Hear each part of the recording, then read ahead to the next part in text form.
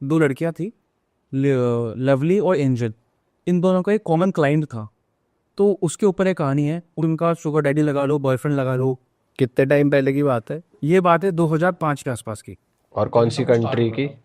Country change होती रही बीच में। ओके, ठीक है भाई। तो ये दोनों लड़कियां थी, एक के साथ एक कॉमन क्लाइंट था। तो ये इनका एक तरीके से मास्टर बन गया था आगे चल के। तो कहानी स्टार्ट करता हूँ मैं ऐसे कि ये बंदा जो था बेसिकली ऑस्ट्रेलिया में पैदा हुआ था। शादी हो चुकी थी, 2 बच्चे थे, वाइफ थी। अच्छा। शादी के बाद ये बंदा आता था क्राइम करने पे, स्कैम करने पे। तो उसने ऑस्ट्रेलिया में बैठे बैठे 4-5 स्कैम कर दिए थे। और जो पहला स्कैम किया था वो किया था प्रॉपर्टी का। The key results. इस स्कैम में इसने क्या करा, इसके साथ 4-5-15-20 इन्वेस्टर्स और थे। तो इसने उनके साथ पूरे 2.5 मिलियन डॉलर का स्कैम किया। और ये बहुत बड़ा स्कैम था अपने आप में। इसके अलावा और भी स्कैम किए थे, बट ये सबसे बड़ा था। अब पुलिस, ऑस्ट्रेलियन पुलिस के पीछे पड़ जाती है बंदे के पीछे। अब ये इसको पता है कि अब बचने का तो रास्ता है नहीं, जेल जाएगा। ये बंदा वहाँ से पैक करता है सामान, अपनी फैमिली को, अपने बच्चों को छोड़ के हमेशा हमेशा के लिए फिलीपींस, मनीला आ जाता है, कैपिटल जो है, उधर आ जाता है। अब वो पुलिस यहीं पर रहेगा, ये यहाँ पर आ चुका है, फैमिली भी छोड़ दी इसने वहाँ पर। अच्छा। अब यहाँ पे आने के बाद ये बंदा सुधरता नहीं है बिल्कुल, अभी भी उन्हीं कामों में लगा हुआ है। तो सबसे इसको लत लग जाती है स्कैम करने की, पैसों की। वहां पे क्या करता है फिर फिलीपीन में पहुंच के? फिलीपींस से आ गया। तो वहाँ पे आने के बाद ये एक लड़की से मिलता है, वो थी प्रोस्टिट्यूट। उसका नाम था कार्मियन। तो उससे वो तो रेगुलर सर्विस देती थी लोगों को। तो ये भी उनमें से एक था। तो इसने धीरे धीरे उससे रिलेशन बनाना स्टार्ट किया, जाता गया जाता गया। और जब रिलेशन बन गए ना, इसने उसको दबाना स्टार्ट कर दिया, अब्यूज़ करना स्टार्ट कर दिया, और उस पर अपना हावी करना, एकदम बिल्कुल जो माइंड वॉश करना स्टार्ट कर दिया। और धीरे धीरे डोमिनेट करते करते उसको अपना स्लेव जैसा बना लिया। मतलब जैसा वो कहता वैसा उसे करना पड़ता। अब वो बंदी गरीब थी, पैसों के लिए उसे करना पड़ता था। उसने सोचा नहीं था कि शायद ऐसा करेगा आगे चल के। फाइनली वो स्मार्ट था बहुत, उसने माइंड वॉश करके उसको स्लेव बना लिया अपना, उस बंदी को, कार्मियन को। फिर दूसरी बंदी से मिलता है उसी उसके बाद ही। उसका नाम था लेजल। बताता हूँ भी कैसे है। उसका नाम था लेजल। उसके साथ भी सेम चीज़ करता है, माइंड वॉश करता है। वो भी प्रोस्टिट्यूट थी वो भी पहले? Prostitute, exactly. उसके साथ भी सेम चीज़ करता है। अब मैंने स्टार्टिंग में बोला था कि 2 लड़कियां थी, लगली और एंजल। तो कार्मेन और लेजल को निकनेम देता है। कार्मेन को एंजल देता है और लवली को, लेजल को लवली नाम देता है। और स्लेव बना के करता क्या है? अब बताता हूँ क्या करता है। तो अब ये थे यहाँ पे, अब ये फिलीपींस में थे, मनीला में। तो एक को बोलता है कि मेरे पास बहुत बड़ा बिजनेस प्लान है, तो हम ये एग्जीक्यूट करते हैं किसी तरीके से, और कुछ बड़ा करते हैं कुछ इस तरीके से। तो फिलीपींस ने एक सेंट्रल, मतलब फिलीपींस में एक जगह है, उस जगह का नाम है मायावे। वो थोड़ी सी नॉर्थ साइड है फिलीपींस के अंदर। ये कहता है वहाँ चलते हैं और कुछ बड़ा करते हैं, बिजनेस सेटअप करते हैं। वो कहती है ठीक है, मान। उसके बाद सारी मानती थी वो। उन दोनों को ले जाता है मायावे। अब वहाँ पर एक जो बिजनेस स्टार्ट करता है, वो बिजनेस स्टार्ट करता है हर्टकोर का। अब हर्टकोर एग्जैक्टली क्या चीज़ होती है मेरे को भी नहीं पता था इस बारे में। तो उसने हर्टकोर को डी वेब के थ्रू लोगों तक पहुंचाया। Deep web. डी वेब, तो डी वेब अलग है, डार्क वेब अलग है। डार्क वेब एक छोटा सा पार्ट है डी वेब का, और डी वेब पूरा एक्सट्रीम है, मतलब उसका कोई एंड ही नहीं है, बहुत वास्ट है। उसके थ्रू उसने क्या करा, पीटर स्कली ने, इस बंदे का नाम पीटर स्कली है। पीटर स्कली है इस बंदे का नाम। का ये आइडिया था कि ये स्टार्ट करेगा हर्ट कोर। तो बेसिकली इसका हर्ट फोर का आइडिया था। अब हर्ट कोर एग्जैक्टली क्या होता है, छोटे छोटे बच्चे होते हैं ना, उनकी पहुंचना, उनको सेक्सुअली अब्यूज करना, उन्हें हिट करना, उन्हें हर्ट करना, इस चीज़ का आइडिया था। और वो ये सब कुछ सेल करना चाहता था डार्क वेब के थ्रू। और तो basically hard core is a genre of a film, porn film. और वो डार्क वेब के थ्रू लोगों तक पहुंचाना चाह रहा था, सेल करना चाह रहा था। और इसकी डिमांड इतनी ज़्यादा थी कि लोग खरीद रहे हैं ऐसी वीडियोस डार्क वेब पे। सारी इलीगल काम वहीं पर होते हैं, गन्स वगैरह वहीं पे देते हैं, ड्रग्स वगैरह वहीं पे करते हैं, हिटमैन की सर्विस वहीं की होती है। तो ये भी चालू कर दिया उसने, वो इन दोनों के साथ मिलके वो ये सब कर रहा करना चाह रहा था। उसको पता लग गया था कि मैं इस चीज़ से बहुत पैसा कमा सकता हूँ। तो अब पॉइंट बात आती मुद्दे के बाद कि वो 2 लड़कियों का रोल कैसा इसके अंदर, मेजर रोल इन 2 लड़कियों का ही था। अब ये बोलता है मायावे जाके कि जितने भी आसपास की फैमिलीज है ना, उनसे जाके बात करो। अब वहाँ पे मोस्टली ज़्यादा अमीर भी या गरीब लोग भी हैं जो फुटपाथ पे रहते हैं। उनकी मंथली मंथली नहीं बोलूँगा, उनकी एक दिन की इनकम रहती है $2 $3। तो उन फैमिलीज को टारगेट कर रहा था ये। वहाँ पे जाके फैमिली से बात करी कि तुम हमें अपना बच्चा दे दो, हम इन्हें शेल्टर देंगे, खाना पीना देंगे, एजुकेशन प्रोवाइड कराएंगे। तो वो फैमिलीज मान जाती हैं, ठीक है, पढ़ाई लिखा में लगा, सब कुछ है अपना, तो दे देते हैं अपने बच्चों को। वो लड़कियां जो थी वो भी ऐसी फैमिलीज को टारगेट कर रही थी, बच्चों को टारगेट कर रही थी जो वहाँ पर आ सके उनके पास। यही सब बहाने मार के कि आप मेरे को हम आपके बच्चों को शेल्टर देंगे, इस तरीके से। इसके अलावा ये डायरेक्टली पेरेंट्स के पास भी गया, उनको सीधा बोलता है कि अपने बच्चे का रेट बताओ, मैं आपका बच्चा गिनना चाह रहा हूँ, आप पैसा ले लो। तो इसने ये भी करा है पैसे के चक्कर में। तो एट दी एंड जब वो बच्चों का ग्रुप बन गया, तो वो बच्चों ग्रुप की बात करूँ तो उनकी एज ग्रुप 12 साल से ऊपर नहीं थी, 12 साल से नीचे नीचे थी। तो उसने बच्चों ग्रुप बना लिया, अब अपने घर बुला लिए सबको, अब इनकी ट्रेनिंग चालू करवाते हैं। तो ट्रेनिंग में क्या होता है, जब बच्चों ग्रुप बन गया तो उन बच्चों को सबसे पहले ट्रेनिंग में स्टेप 1 उनको दिखाता है, एक्सप्लेन करता है कि इसमें हो क्या रहा है, चल क्या रहा है, ये लोग क्या कर रहे हैं, ये होता क्या है, पूरा एक्सप्लेन करा। और फिर उनको बोला अब तुम ये प्रैक्टिकली करो एक दूसरे के साथ। तो वहाँ पे सब एज ग्रुप के बच्चे थे, 4 साल, 5 साल, 10 साल, 11 साल, लड़कियाँ भी, मोस्टली लड़कियाँ ही थी उसके अंदर। उनके साथ इसने पोस्ट करा सेक्सुअली, उनको खुद से इसने अब्यूज़ करा बच्चों को। अब इसके मन में ये आइडिया आया कि मैं 2 लड़कियाँ लेता हूँ, उनके साथ कुछ एक्सट्रीम करता हूँ। तो अब उन दो ये सारे आर्टिकल्स में, जितने मेरे आर्टिकल्स पढ़े ना, सब में ये इन 2 लड़कियों के बारे में बताया गया है। क्योंकि इनके 2 लड़कियों के 5 दिन बहुत ज़्यादा ख़राब गए, उन्होंने तो सोचा भी नहीं होगा ऐसा कुछ होने वाला है। उन 2 लड़कियों को बुलाया, उनको न्यूड करके, हाथ वाथ बांध के, बाथ टब में उनके साथ वीडियोज़ बनाई इसने पॉर्न वाली। ये पहले दिन उसने उनके साथ किया, देन इस तरीके से किया, अब्यूज़ किया उनको सेक्शुअली। दूसरे दिन बैक उसके घर के पीछे बैक यार्ड था, वहाँ पे गड्ढे खुदवाए दोनों से अपने अपने एक। उनको धमकी दी अगर तुम मेरे साथ काम नहीं करो जो मैं बोल रहा हूँ तो इसी में दफना दूंगा। अच्छा। राइट। तीसरा दिन आया, उनको अल्कोहल पिलाई, उनको फिर तीसरे दिन इतना ज़्यादा मोलेस्ट कर दिया, इतना सेक्सुअली अब्यूज़ कर दिया कि वो बेहोश हो गई दारू वारू पिलाने के बाद। अब उसको लगा मैं थोड़ा फास्ट जा रहा हूँ, बता देना अगर मैं फास्ट जा रहा हूँ तो उनको बोला कि वो दोनों बेहोश हो गई दारू पीने के बाद, सब कुछ एक्टिविटी सब के बाद। तो उसको बोला अपने दोस्तों कह रहा हूँ, अपनी टीम को बोला कि इनको दफना दो जिस गड्ढे में वो खोद रही थी, वो गड्ढा अपनी, तो बेसिकली वो गड्ढा अपने लिए ही खोद रही थी, वहाँ पे दफना दिया। और जब दफना रहे थे उनको तब पता लगा ये तो मरी नहीं है, ये तो बेहोश हो रखी है। क्या ना, उठाओ उनको दोबारा लेके आओ, कुछ और करते हैं। अब इनके साथ 2 लड़कियां और थी, मैंने बताया था लवली और एंजल। अब जो एंजल थी ना, उसको बहुत बुरा लग रहा था क्योंकि बहुत छोटे छोटे बच्चों के साथ बहुत बुरा हो रहा था। तो उसने क्या दिमाग में आइडिया लगाया कि यार ऐसा होना नहीं चाहिए। अब मैं ये चीज़ बाद में बताऊंगा आपको। फिर चौथे दिन क्या हुआ, रात को उनके हाथ पैर बांध दिए थे, बाय एनी चांस रात पे दरवाज़ा खुला हुआ था। अब वो 2 लड़के नहीं थे, बुरा हो रहा था, वो भाग जाती। अच्छा। यस, वो अपने पेरेंट्स के पास चले जाती हैं और पेरेंट्स को बताती है कि ये सब हुआ मेरे साथ। अब पेरेंट्स को तो ये लग रहा था कि हमने बच्चों को शेल्टर देने के लिए और पढ़ाई लिखाई के फूड मिलेगा, वहाँ पे उनके बच्चों के साथ वीडियोस बनाई जा रही हैं और उनको सेल किया जा रहा है, उनको अब्यूज़ किया जा रहा है। तो उनको तो पता ही नहीं थी ये चीज़। वो ले गए पुलिस के पास, पुलिस ने सीधे उस घर पर रेड मारी। अब जब रेड मारी सब लोग जा चुके थे एक्सेप्ट हुआ एंजल बच गई थी। तो एंजल को पकड़ लिया उन्होंने और एंजल ने फिर सारी बातें बताई वो कि एग्जैक्टली चल क्या रहा है बिजनेस पूरा का पूरा, दाद पे पैसे से कर रहे हैं, इस तरीके से कर रहे हैं, आगे का क्या प्लान है। अब स्कली ऐसा आदमी कि उसको कोई डर नहीं, कोई बहुत एरोगेंट, बहुत स्मार्ट, वो कह रहा है कोई बात नहीं मैं पैसे के लिए सब कुछ करूँगा। अब जो वो करता है ना भाई, ये और भी ज़्यादा एक्सट्रीम होता है। मतलब मैंने कभी सोचा नहीं हो ये भी कर सकता है। मतलब पुलिस के पास जब वो उस जगह पे पहुंची, उसने कन्फेस कर दिया ये एक बंदा है जो गलत कर रहा है, तो पुलिस ने पकड़ने की कोशिश नहीं करी? भाई उसको ट्राई नहीं कर पा रहे थे, जब तक वो वहाँ पे घर पे पहुंचे तो वो जा चुका था बंदा वहाँ से अपनी टीम के साथ। तो ट्रैक हो ही नहीं पा रहा था। ट्रैक के लिए कैसे कर सकते हैं, कुछ नंबर नहीं, कुछ नहीं, वो स्मार्ट है बहुत ज़्यादा, कुछ नहीं, उस टाइम पे पकड़ा ही है वो, जो मैंने आर्टिकल्स पढ़े। देन उसके बाद उसका दिमाग में एक और आइडिया आया। अब वो आइडिया ये था, अब भी आइडिया है, इतना खुरापात आदमी है, साइको। कोई रिग्रेट नहीं है मतलब इतना कुछ करने के बाद भी बंदे को। साइको है भाई। फिर उसने 3 लड़कियां और हायर करी, जैसे उसने वो पहले ग्रुप हायर किया ना, 3 लड़कियां और हायर करी, उनकी भी सेम ट्रेनिंग करवाई। अब उनमें एक लड़की का नाम था बारबी, वो 12 साल की थी, लीजा 11 साल की थी और डेजी वो थी 18 महीने की, 1 साल 6 महीने की सिर्फ। अब उनको भी सेम ट्रेनिंग की सब कुछ बताया। अब उसने बारबी को फोर्स किया, क्योंकि सब में बड़ी थी, ओल्डेस्ट थी, कि तुम इन दोनों के साथ अब्यूज़ करो, सेक्सुअली अब्यूज़ करो, उन दोनों को डोमिनेट करो। तो वो घबरा गई, ये सब मुझे क्या करने के लिए बोल रहा है। तो उसने उन दोनों को तीनों खुद से करा सेक्सुअली अब्यूज़, तू नहीं कर रही मैं करती हूँ, मैं करता हूँ। फिर जो एंजल तो पकड़ी गई थी, जो लवली थी उसके थ्रू उसने वो कराया, उनको अब्यूज़ करवाया हर तरीके से, उनकी वीडियोज़ बनवाई, उसको सेल कर ही रहा था वो। अब एक उसके दिमाग में ख्याल आता है कि जो डेजी थी ना, अगर मैं, उसने क्या करा, उस लड़की की 1.5 साल की बच्चे की एक काइंड ऑफ वेब सीरीज बना दी, छोटी छोटी फिल्म बना दी। किस नाम 1.5 से? साल की बच्ची। यस, किस नाम से? बेजी डिस्ट्रक्शन।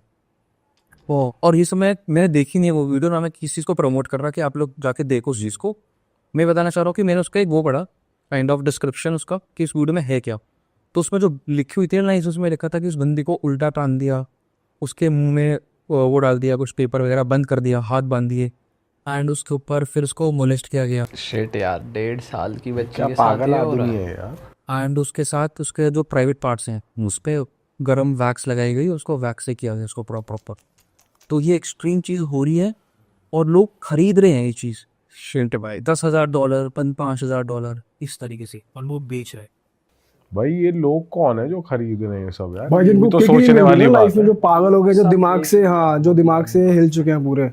भाई तो बेसिकली बिजनेस का आइडिया मोटा मोटा ये था कि उसने हर्ट कोर वाला जॉनर पकड़ा, डार्क वेब के थ्रू एक वेबसाइट बनाई, नो हर्ट्स फीलिंग या नो फीलिंग हर्ट्स, मैं थोड़ा कंफ्यूज हो रहा हूँ उसके अंदर।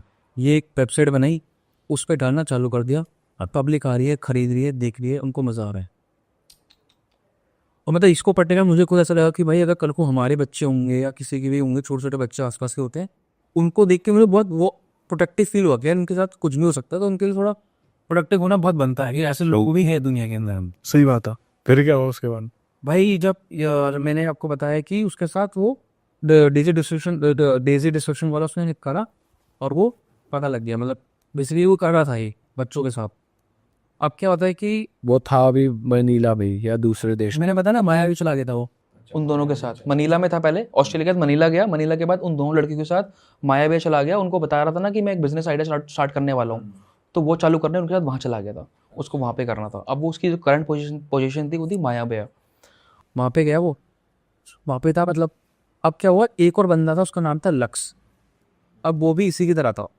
वो क्या करता था, उसकी भी डीप डार्क वेब पे वेबसाइट्स थी, उसकी थी हर्ट टू कोर के नाम से।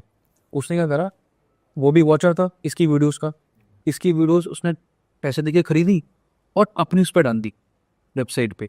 और जब उसने अपनी वेबसाइट पे डाली ना, तो वो चीज़ लीक्ड हो गई।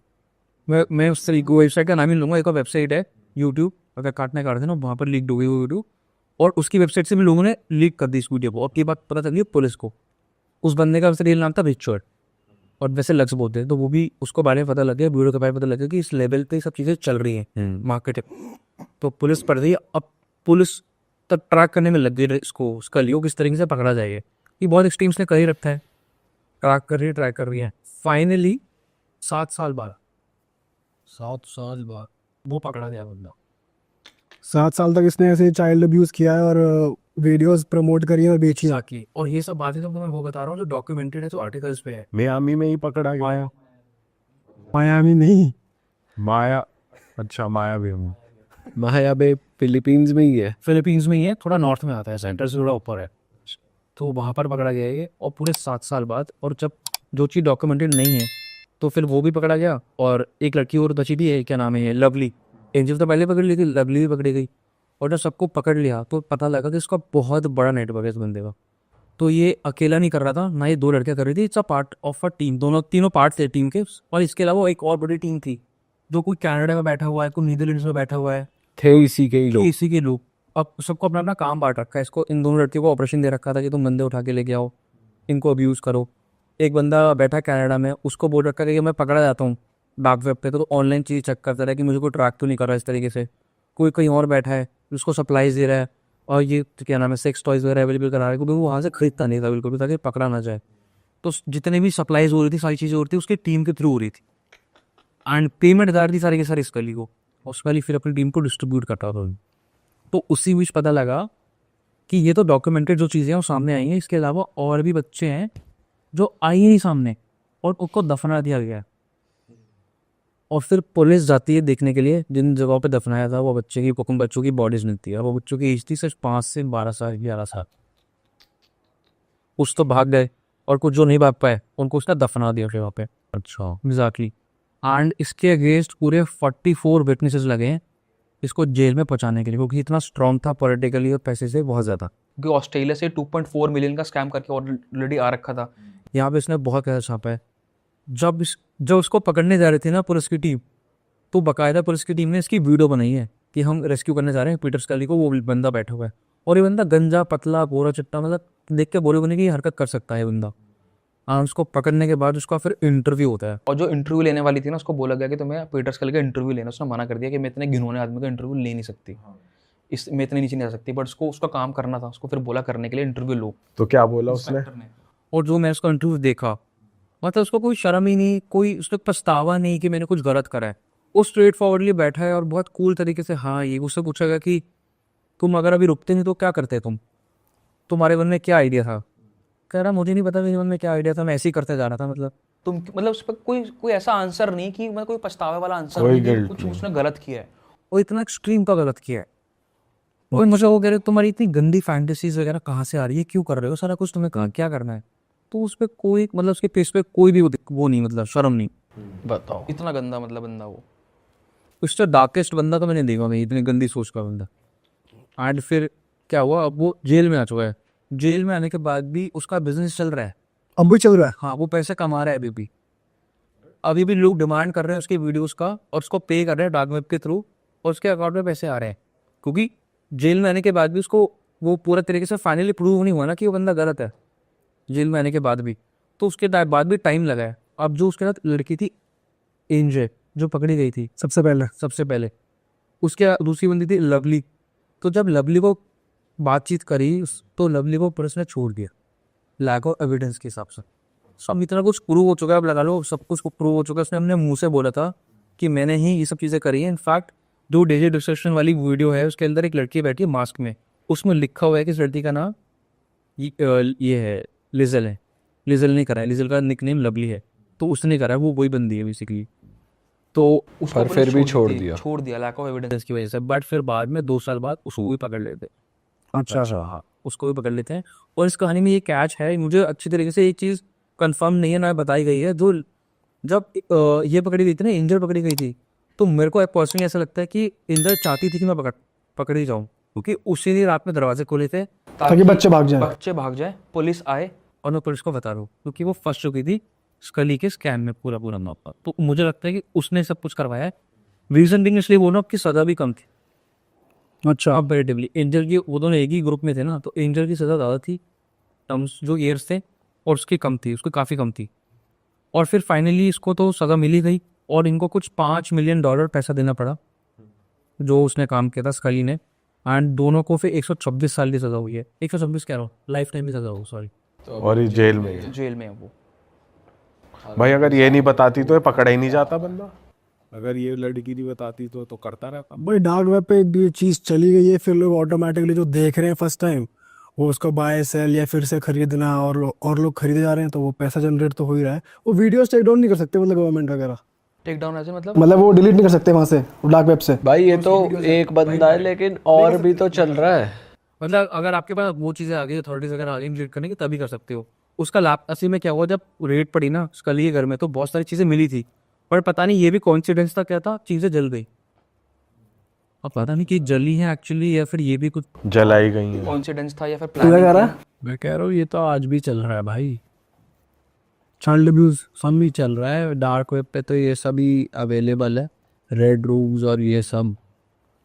भाई और कोई काट रहा है किसी को, कुछ हो रहा है, कुछ ना कुछ हो ही रहा है और लोग देख रहे हैं, देखने वाले। भाई देखने वाले को तो हम, उनका तो मेंटल स्टेट तुम सोच ही नहीं सकते किस लेवल पे पहुंचा हुआ है, जिनको ये देख कर के तरीके के लोग हैं यार, आसान नहीं है, बेकार है दुनिया। मुझे लगता है कि मैंने रिसर्च करी है ना, जो कंबोडिया की तरफ ज़्यादा लोग हैं जो इस तरीके से कर रहे हैं। मतलब वहाँ पे ज़्यादा ये सब चीज़ चलती हैं। Dark web. अच्छा, मतलब बच्चों के साथ ह्यूमन ट्रैफिकिंग और ये सब चीज़ें कंबोडिया फिलीपींस में मुझे लगता है पॉसिबली वहाँ ज़्यादा होती। हो सकता है भाई, होती है। भाई मानना पड़ेगा यार, ये तो गलत ही सीन है यार। और फिर बाद में मेरे डेजी की एक छोटी बच्ची, वो भाई ह्यूमन ट्रैफिकिंग के तो अपने दिल्ली में केसेस हो जाते हैं यार, अपने पॉडकास्ट पे ही लोग आए हैं जो रेस्क्यू करते हैं इन लोगों को, इंडिया के गाँव से ले आके दिल्ली ले जाते हैं। उन्हें भी टॉर्चर होता ही है इसने वाले भाई। करेक्ट। फिर उसके बाद में डेजी जो लड़की है थी, वो तो उभर ही नहीं पाई चीज़ से, क्योंकि 1.5 साल की उम्र में उसके साथ ये सब कुछ चीज़ें हुई। उसका वो अभी है जिंदा, वो जिंदा है but she is not mentally okay. उसके साथ इतना 1.5 साल की उम्र में सब कुछ हुआ है, तो वो उभर नहीं पाई एकदम उस चीज़ से। उसका भी कुछ इंटरव्यू वगैरह हुआ था। वीडियो है 2-4 जो उसमें बता रहे हैं पीछे से कि डेजी अभी तक, अभी बड़ी तो हो गई, सब कुछ बढ़िया चल रहा है, बट अभी भी उसमें स्टेबल नहीं है। स्टेबिलिटी नहीं है। उसने कुछ बोला है इंटरव्यू में? डेजी का तो नहीं, वो ब्लर खबर की लड़की। जो स्टोरी तू भाई बताने वाला है वो तेरे एक फ्रेंड के साथ हुई थी एक्चुअल में? ये स्टोरी मेरे दोस्त के साथ हुई थी, और वो मेरा दोस्त था हॉस्टल का। हाँ, तो उसकी स्टोरी है। तो ये मेरा एक तरीके से मान लो बेस्ट फ्रेंड था। हॉस्टल में हम दोनों साथ में थे नैनीताल में, तो वहाँ मैं उससे मिला था पहली बार। क्या उम्र थी आपकी उस टाइम हॉस्टल? मैं था 10th क्लास, मैं गया था 7th क्लास में हॉस्टल, तो वहीं पे मेरे को मिला था वो। तो बेसिकली जितने भी वहाँ पे हॉस्टल में लोग आते हैं सबकी अपनी अपनी कहानी है। कोई जैसे मैं जैसे गया था वहाँ पे कि मैं पढ़ाई में अच्छा नहीं था, तो मेरे को हॉस्टल में डाल और दिया। क्या इंस्पिरेशन थी आपकी हॉस्टल में जाने की? भाई हॉस्टल में ये था कि जैसे दीपक था, दीपक पढ़ाई में बहुत अच्छा था, मैं और सुमित पढ़ाई में अच्छे नहीं थे। अब मेरे कंप्यूटर में बहुत कम मार्क्स आ रहे हैं, इंग्लिश में बहुत कम मार्क्स आ रहे हैं, तो पापा ने बोला कि भाई इसको हॉस्टल भेजो एक लड़के को। तो मैं फिर हॉस्टल चला गया उस चक्कर पर में। आपको चॉइस भी तो मिली थी एक बार अंकल से कि भाई जिसको जाना है बताओ, तो आपने कुछ इंटरेस्टिंग बोला था उस टाइम पे? उस टाइम पे मैं मूवीज वगैरह देखता था, तो उस टाइम पे जैसे शकल का बूम बूम वगैरह आता था। तो उस टाइम पे मैंने देखा कि वो हॉस्टल में रहता है, तो मुझे बड़ा अच्छा लगा कि भाई बड़ी अच्छी स्टोरी होती होगी, मतलब मजा आता होगा। संजू हॉस्टल में रहता था? हाँ, डोमेट्रीज में रहता था वो। उसमें डोमेट्रीज थी, लेकिन उसमें ऐसा कुछ सीन नहीं था कि वो हॉस्टल में रह रहा है। भाई मैंने ना जहाँ तक मुझे वो लगता है- बंक बेड पे सोता था। पता नहीं कि मेरा माइंड ऐसा करता था कि हॉस्टल का काइंड ऑफ कुछ चीजें हैं, ऐसा ही कुछ होगा हॉस्टल में। तो मैंने फैसिनेट कर उसको कर लिया दिमाग में, तो मैंने कहा चलते हैं भाई हॉस्टल, मजा आएगा वहाँ पे, नए लोग मिलेंगे, सब कुछ, वो भी नैनीताल में, अच्छा बढ़िया मजा आएगा।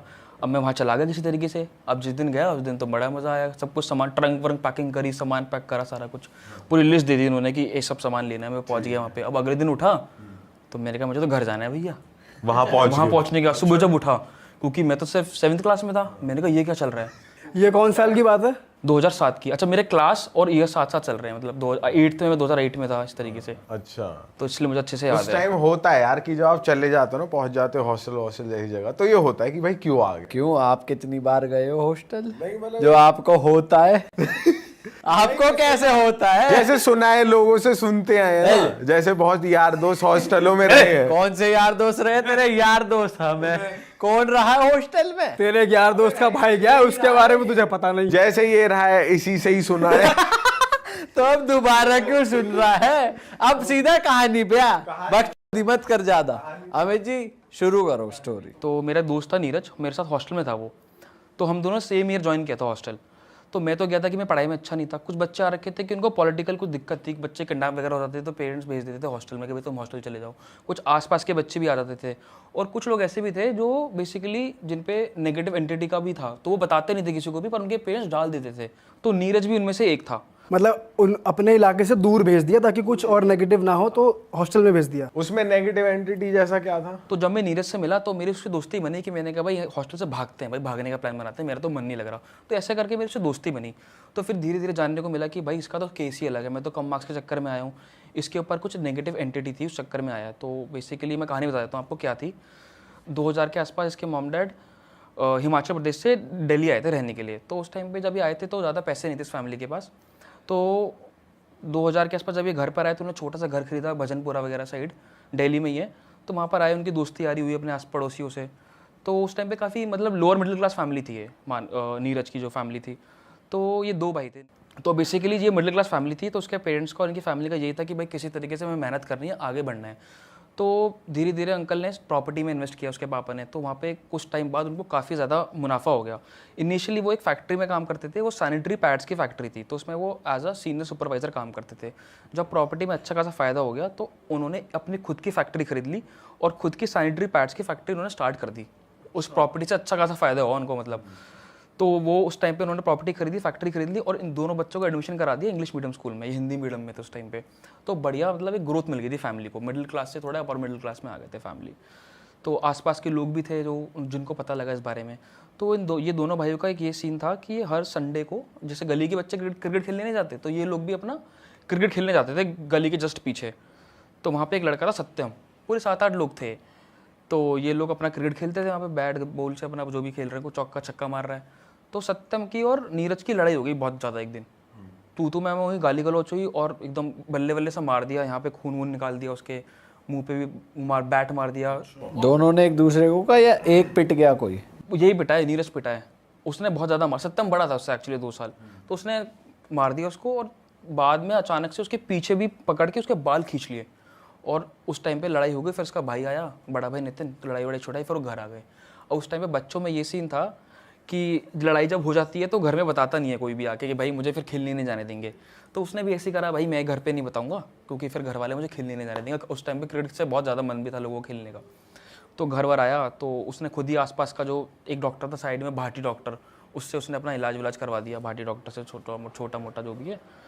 अब ये इंसिडेंट होने के बाद उसके ठीक 1 महीने बाद नीरज को सांस लेने में दिक्कत आ गई। मतलब जब भी वो सुबह सुबह उठे तो उसको ऐसा लगता कि मुझे सांस कम आ रहा है, तो उसको लगा नॉर्मली होगा। फिर वो स्कूल जाता था अपना, भारी हो रही है सांस सांस भारी, हाँ सांस भारी हो जाती थी। वो स्कूल जाता था, क्रिकेट वगैरह खेलता था अपना, तो वहाँ पे दिक्कत आती थी, क्लास में भी बैठे बैठे दिक्कत आती थी। उसने घर पे बताया कि ऐसा ऐसा सीन है, तो घर वालों ने बोला कि ठीक हो जाएगा, थोड़ा बहुत ऐसे ही हो रहा होगा। फिर वो चले गए हॉस्पिटल डॉक्टर को दिखाने, जब ज़्यादा सीरियस हो गया और डॉक्टर ने डिक्लेयर कर दिया इसको एस्थमा है। तो उस टाइम पे नीरज 10-12 साल का था, डॉक्टर ने बोल दिया कि इसको एस्थमा है। घर वाले पूरे शॉक्ड हो गए कि इतनी कम उम्र में एस्थमा कैसे हो गया, किसी को आसपास घर में है भी नहीं और ऐसा कुछ, वो उसका खान पीन भी ऐसा नहीं है कि जिस चक्कर में उसको एस्थमा हो गया। तो भाई जब उसको अस्थमा हो गया, डॉक्टर ने बता दिया सारा कुछ, तो दिक्कत आ गई उसको बहुत ज़्यादा, घर वालों को भी बहुत ज़्यादा परेशानी हो गई।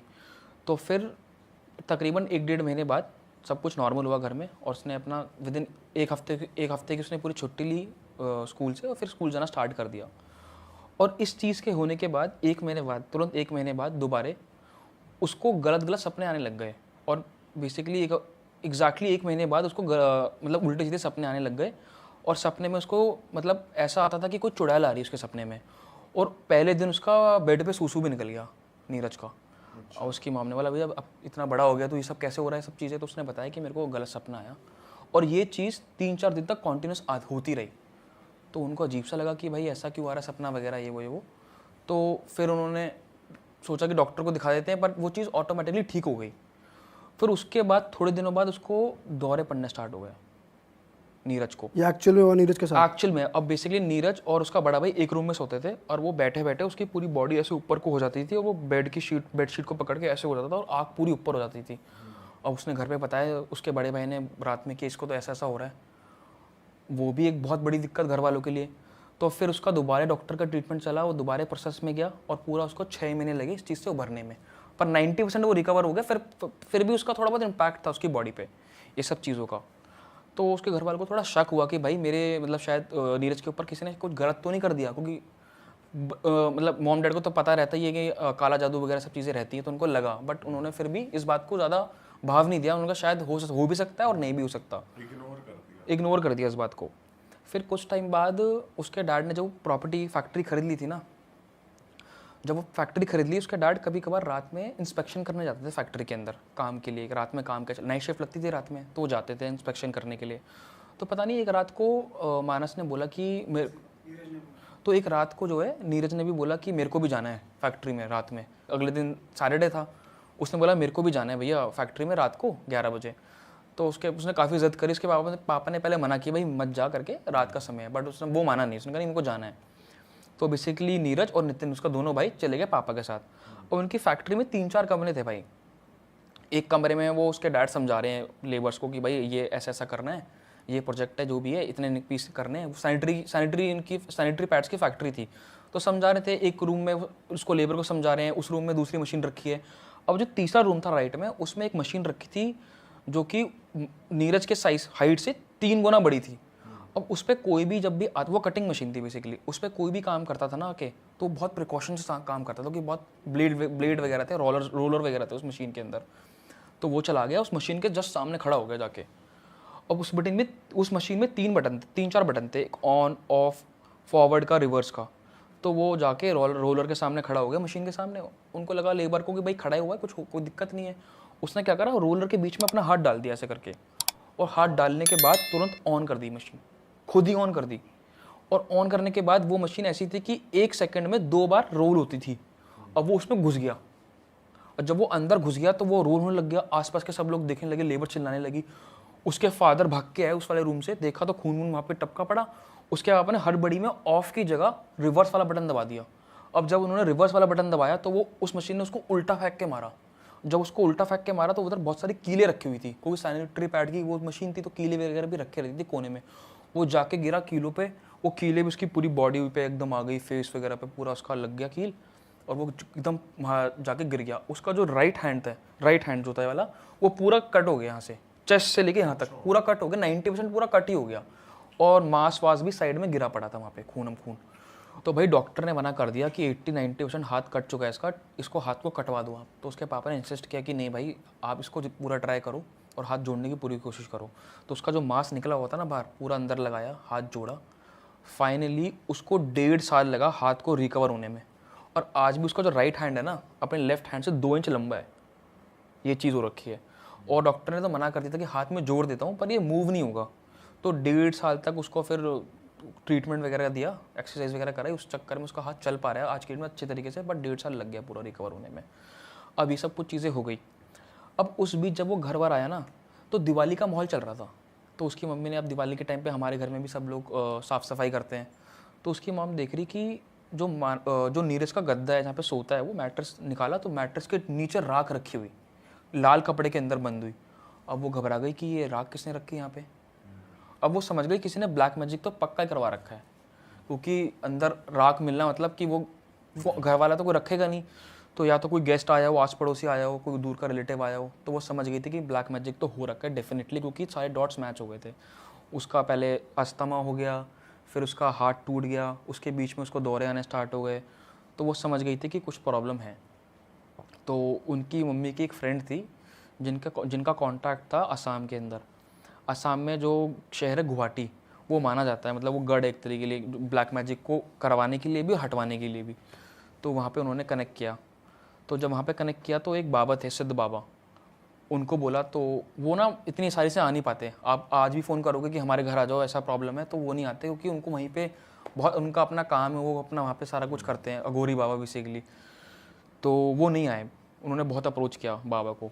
तो उसके फिर डैड ने दोबारा अप्रोच किया कि हालत एक्चुअली ख़राब है, ठीक नहीं हो पा रही है, और आगे इससे बुरा ना हो जाए, तो आप प्लीज़ आ जाइए, इसकी दिक्कत ना हो जाए। और इस बीच में मैंने एक चीज़ बताना भूल गया, उसके पापा को भी फाइनेंशियल लॉसेस होना स्टार्ट हो गए थे। मतलब फैक्ट्री चल नहीं पा रही थी अच्छे तरीके से, जो जिस तरीके से वो ग्रो कर रहे थे पहले, वो ग्रोथ नहीं मिल रही थी, बल्कि डाउन ही जा रहा था मामला। लोन्स वगैरह स्टार्ट हो गए थे उसके डैड के ऊपर। तो 3 महीने बाद वो बाबा घर पर आए, और जिस दिन वो घर पे आए थे तो उन्होंने बताया नहीं था कि मैं इस दिन घर आऊँगा। उन्होंने बोला मैं आ जाऊँगा, और मैं डेट कंफर्म नहीं कर रहा पर मैं आ जाऊँगा। तो वो आए। जब वो घर पर आए तो उनको पता नहीं था, वो एकदम से आए। तो जब वो घर, उन्होंने बेल वगैरह बजाई, उन्होंने पहले पूरा घर का आसपास देखा, किसी ने घर पे तो कुछ नहीं कर रखा आसपास वगैरह कुछ। फिर वो एंट्री कर लिया उसने। फिर जब आ गए तो उन्होंने बोला कौन से बेटे को वो रखा, उन्होंने बोला कि ये बेटा है हमारा। तो पहले दिन तो उन्होंने नीरज को पूरा ऑब्जर्व किया कि इसकी क्या हरकतें हैं, दौरे वगैरह आ जाते हैं तो कैसे आते हैं, रात में क्या होता है, उससे बातचीत वगैरह करी। फिर उससे अगले दिन जब उससे पूरी बातचीत वगैरह कर ली तो उससे पूछा कि भाई, मतलब उसने पूरा बताया। अभी हाल फिलहाल में उसका हाथ कटा था, उससे पहले उसको दौरे आने स्टार्ट हुए थे, उससे पहले उसको अस्थमा की प्रॉब्लम थी। तो बाबा ने पूछा कि भाई तुमने किसी का कुछ गलत तो खा नहीं लिया, या कहीं तुम्हारी लड़ाई वड़ाई तो नहीं हो गई हो, कुछ बताओ उस बारे में उस समय पहले। तो उसने बताया एक लड़ाई तो हुई थी मेरी उस समय पे। तो उसने बोला क्या हुआ था लड़ाई में, तो उन्होंने बताया ऐसे ऐसे हुआ था, और मेरे बाल भी यहाँ पे प्रॉप चोट आई थी। तो उन्होंने बोला कि बाल वगैरह भी किसने आपके निकाले यहाँ से। उसने बोला हाँ निकाले। तो बाबा को थोड़ी हिंट मिल गई थी बाल की।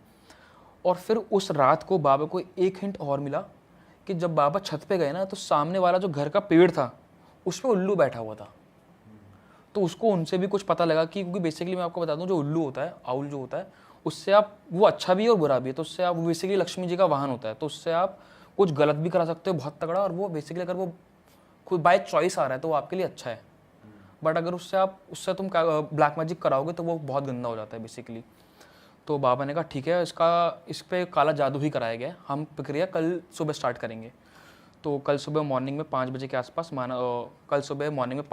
पूरा परिवार सामग्री लेके आ गया।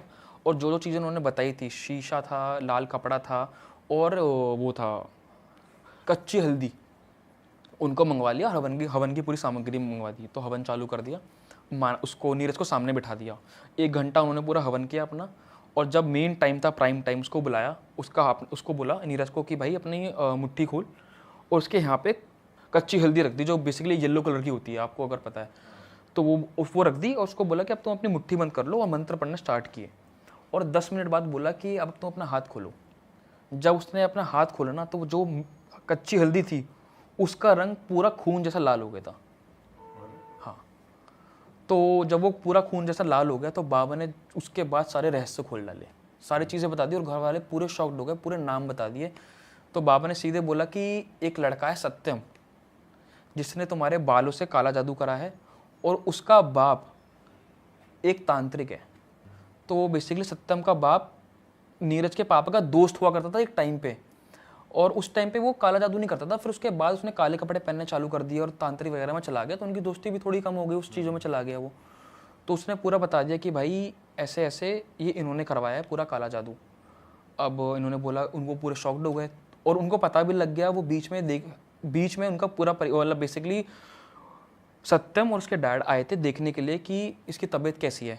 तो उनको आइडिया लग गया था कि उसी बीच में इन्होंने वो जो ऐश रखी थी लाल रंग के कपड़े के अंदर, वो उन्होंने उसी गद्दे में रखी होगी। तो वहाँ से वो पूरा डार्ट सारी की सारी डॉट्स मैच हो गई उनकी पूरी की पूरी। अब उसके बाद बहुत गुस्से में तो उन्होंने बोला कि इन्होंने हमारे ऊपर काला जादू करवाया कैसे, हमें पूरा सॉल्यूशन चाहिए और इसको गंदी से गंदी आप वो दो सज़ा।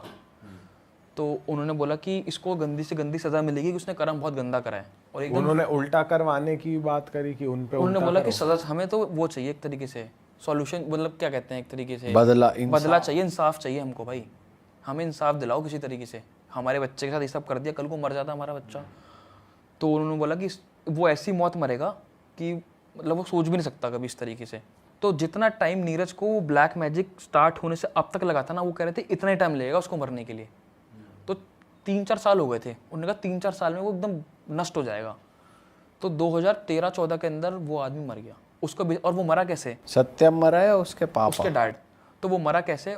उसको कैंसर हो गया। अब बेसिकली आपके अगर ऑर्गन्स में कैंसर होता है ना, लिवर में, दिल में, कहीं पे दिमाग में, वो बस्ट हो जाता है, बंदा ऑर्गन फेल हो जाता है, बंदा मर जाता है।